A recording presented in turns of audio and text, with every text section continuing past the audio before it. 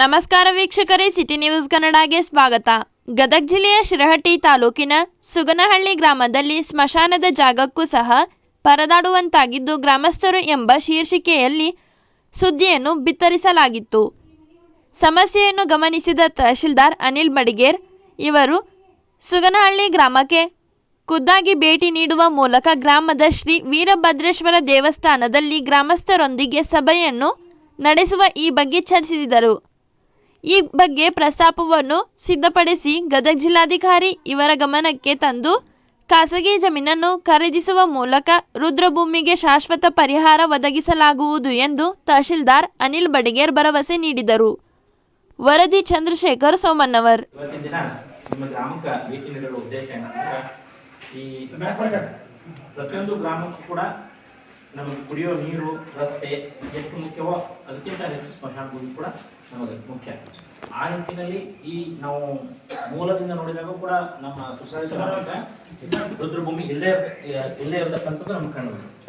ಅದಾದ ಮೇಲೆ ಏನಾಯ್ತಪ್ಪ ಅಂತಂದ್ರೆ ನಮ್ಮ ಹೈಕೋರ್ಟ್ಗೂ ಕೂಡ ಒಂದು ಅಪೀಲ್ ಆಯ್ತು.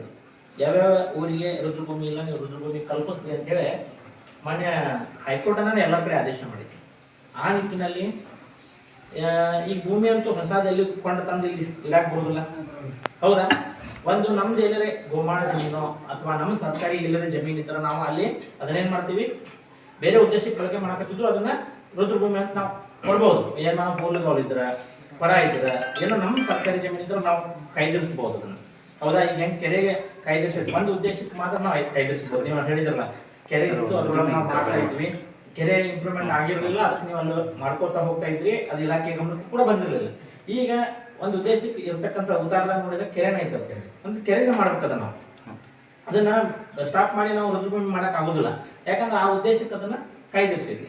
ಅದಕ್ಕಾಗಿ 2022 ನಾನು ಆಗಿದ್ದು ಬದಲಾವಣೆ ಹೇಳ್ತೀನಿ. 2022 ಈ ಯಾವಾಗ ಎಲ್ಲ ಗ್ರಾಮಗಳಿಗೂ ರುದ್ರಭೂಮಿ ಬೇಕು ಅಂತ ಗ್ರಾಮದಲ್ಲಿ ನಮ್ಮ ಸರ್ಕಾರಿ ಜಮೀನು ಐತಿ ನೋಡ್ರಿ, ಆದ್ರೆ ಕಂದಾಯ ಇಲಾಖೆದ್ದು ಯಾವ್ದಾದ್ರು ಜಮೀನು ಐತಿ ನೋಡ್ರಿ ಅಂತ ಫಸ್ಟ್ ಈಗ ಹೇಳಿದ್ರು. ಕಂದಾಯ ಇಲಾಖೆದ್ದು ಯಾವ್ದಪ್ಪ ಅಂದ್ರೆ ಹೊಳ್ಳಿ ಮತ್ತವ ಕೆರೆ ಪಡ ಇವ ಬರ್ತಾವ, ಅಂತದ್ದು ಯೋಗ್ಯ ಆಗ್ಬೇಕಲ್ಲ. ಎಲ್ಲೋ ಒಂದು ಗುಡ್ಡದಾಗ ಐತಂದ್ರೆ ಅದನ್ನ ತಗೊಂಡು ನೀವೇ ಏನ್ ಮಾಡೋದು, ಹೋಗಾಕ ಬರಾಕ ಅನುಕೂಲ ಆಗ್ಬೇಕು. ಆವಾಗ ನಮ್ದು ಯಾವ್ದು ಇಲ್ಲಪ್ಪ ಅಂತಂದಾಗ ಇನ್ನು ಬೇರೆ ಇಲಾಖೆ ಯಾವ್ದೈತಿ ನೋಡ್ರಪ್ಪ ಅಂತ ಬಂತ ವಿಷಯ. ಹಂಗ ನೋಡಿದಾಗ ಫಾರೆಸ್ಟ್ ಇಲಾಖೆ ಬಂತು. ಫಾರೆಸ್ಟ್ ಕೂಡ ನಾವು ಕೈದಿರ್ಸಕ ಕಳಿಸಿದೀವಿ. ಒಂದು ಉದಾಹರಣೆ ಹೆಂಗ ಹೇಳ್ತಾರೆ ಫಾರೆಸ್ಟ್. ಅದಾದ್ಮೇಲೆ 2022 ಒಳಗ ಈಗ ನಮ್ಮ ಮನೆ ನಮ್ಮ ತೋಟ ಯಾವ್ದಪ್ಪ ಅದು, ನಮ್ಮ ಮನೆ ನಮ್ಮ ತೋಟ ಯೋಜನೆ ಒಳಗ ಅದು 3 ಎಕರೆ 23 ಗುಂಟೆ ಇತ್ತು.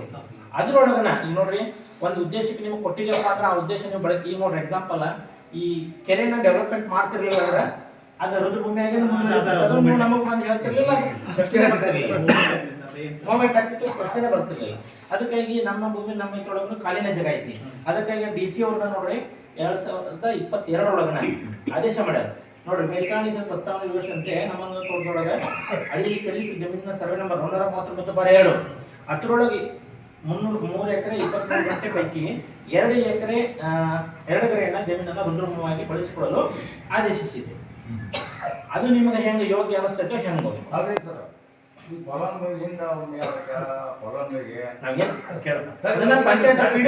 ಹಂಗಾದ್ರೆ ಈಗ ನೋಡ್ರಿ ಗ್ರಾಮ ಪಂಚಾಯತಿದೂ ಅಷ್ಟೊಳಗೂ ಒಂದು ಸಮಸ್ಯೆಗಳಿಂದ ಅದು ಬೇಡ ಅಂತ ಅಂದ್ವಿ. ಫಾರೆಸ್ಟ್ ಒಳಗೆ ಏನೋ ಸಮಸ್ಯೆ ತಾತ್ಕಾಲಿಕ ಇವೆಲ್ಲ, ಅದಾಗ್ಲಿ ಇದಾಗ್ಲಿ ತಾತ್ಕಾಲಿಕ. ನಾವೇನ್ ಹೇಳ್ತೀವಲ್ಲ ಅದಾಗ್ಲಿ ಇದಾಗ್ಲಿ ತಾತ್ಕಾಲಿಕ. ನಮಗೆ ಶಾಶ್ವತ ಪರಿಹಾರ ಬೇಕಪ್ಪ ಅಂತಂದ್ರೆ ನಿಮ್ಮೊಳಗೆ ಯಾರು ಒಬ್ರು ರೆಡಿ ಆಗ್ರಿ. ಸರ್ಕಾರದ ಏನು ದರ ಐತಿ ಅದನ್ನ ನಾವು ಅದನ್ನ ಒಂದು ಸ್ವಲ್ಪ ಹೆಚ್ಚಿಗೆ ಮಾಡಿಸ್ಕೊಡ್ತಕ್ಕಂಥ ವ್ಯವಸ್ಥೆ ನಾವು ಸ್ಮಶಾನ ಭೂಮಿಗೆ ಇರ್ತಕ್ಕಂಥ ಒಂದು ಸಮಸ್ಯೆಯನ್ನ ಕುರಿತು ನಮ್ಮ ಸುಗ್ನಹಳ್ಳಿ ಗ್ರಾಮದ ಗ್ರಾಮಸ್ಥರೊಂದಿಗೆ ಚರ್ಚಿಸಲು ನಾವು ಇವತ್ತಿನ ದಿನ ಒಂದು ದೇವಸ್ಥಾನದಲ್ಲಿ ಎಲ್ಲರೂ ಕೂಡ ಸಭೆ ಸೇರಿದ್ವಿ. ಈ ಗ್ರಾಮದಲ್ಲಿ ಮೂಲತಃ ಯಾವುದೇ ಸ್ಮಶಾನ ಭೂಮಿ ಇರುವುದಿಲ್ಲ. ಆದರೆ 2022ರಲ್ಲಿ ಮಾನ್ಯ ಜಿಲ್ಲಾಧಿಕಾರಿಗಳು ನಮ್ಮ ಭೂಮಿ ಮತ್ತು ನಮ್ಮ ತೋಟ ಎಂಬ ವ್ಯಾಪ್ತಿಯಲ್ಲಿ ಇರ್ತಕ್ಕಂತಹ 2 ಎಕರೆ ಜಮೀನನ್ನ ಕೈದಿರಿಸಿದ್ರು ಕೂಡ ಅದಕ್ಕೆ ಅವರು ಗ್ರಾಮಸ್ಥರು ಆ ಬಳಕೆಯನ್ನ ಮಾಡಿರುವುದಿಲ್ಲ. ಆದರೆ ಈ ಗ್ರಾಮದಲ್ಲಿ ಈಗಾಗಲೇ ಒಂದು ಕೆರೆ ವ್ಯಾಪ್ತಿಯಲ್ಲಿ ಇವರು ಮಾಡ್ತಾ ಇದ್ರು.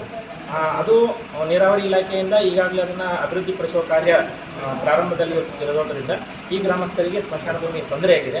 ಆ ನಿಟ್ಟಿನಲ್ಲಿ ಈ ಗ್ರಾಮಸ್ಥರೊಂದಿಗೆ ನಾವು ಚರ್ಚೆ ಮಾಡಿದಾಗ ಇಲ್ಲಿ ಒಂದಿಬ್ಬರು ರೈತರು ಕೂಡ ಖಾಸಗಿ ಜಮೀನನ್ನು ರುದ್ರಭೂಮಿಯ ಉದ್ದೇಶಕ್ಕಾಗಿ ಅವರು ಖರೀದಿಯನ್ನು ಕೊಡಲಿಕ್ಕೆ ಒಪ್ಪಿರ್ತಾರೆ.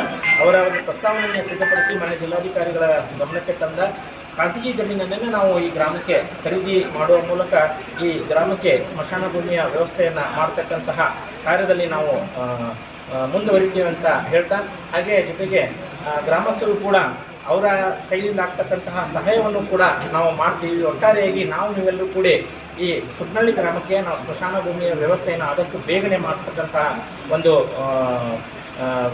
ಸಂದೇಶವನ್ನಾಗಲಿ ಎಲ್ಲರಿಗೂ ನಾವು ನೀಡ್ತಾ, ಹಾಗೆ ಗ್ರಾಮದ ಪಂಚಾಯಿತಿ ವತಿಯಿಂದ ಎಲ್ಲರೂ ಕೂಡ ಸದಸ್ಯರು ಕೂಡ ಈ ಒಂದು ಸಭೆಯಲ್ಲಿ ಉಪಸ್ಥಿತರಿದ್ದರು. ಅವರು ಕೂಡ ಎಲ್ಲ ರೀತಿಯಲ್ಲಿ ಸಹಕಾರವನ್ನು ನೀಡ್ತಿದ್ದಾರೆ.